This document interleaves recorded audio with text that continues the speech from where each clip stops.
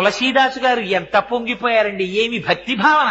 తులసీదాసు గారు రామాయణం రాసుకుంటున్నారు. హనుమ వచ్చి ఏం రాశావన్నారు. అశోకవనంలో పువ్వులన్నీ తెల్లగా పుష్పించున్నాయన్నారు. నీ మొహం ఎర్రగా ఉన్నాయన్నారు హనుమ. అంటే కాదు స్వామి, నేను మానసికంగా దర్శనం చేశాను, అశోకవనంలో చెట్లకి తెల్లటి పువ్వులు ఉన్నాయన్నారు తులసీదాస్ గారు. కాదు, పువ్వులన్నీ ఎరుపు అన్నారు హనుమ. అంటే నేనా సుందరకాండలో వెళ్లి చూసి వచ్చిన వాడివి నువ్వా, నేను చెప్పినట్టు రాయి, పువ్వులు ఎరుపని మార్చన్నారు. అంటే తులసీదాస్ గారు అమ్మ బాబోయ్, ఇంతో మనం ఎక్కడ వాదిస్తాం, ప్రత్యక్ష సాక్షినంటాడు అని రామచంద్రమూర్తిని ధ్యానం చేశారు. రామచంద్రమూర్తి ప్రత్యక్షమయ్యారు. హనుమ ఏమిటి నీ ఎల్లరన్నారు.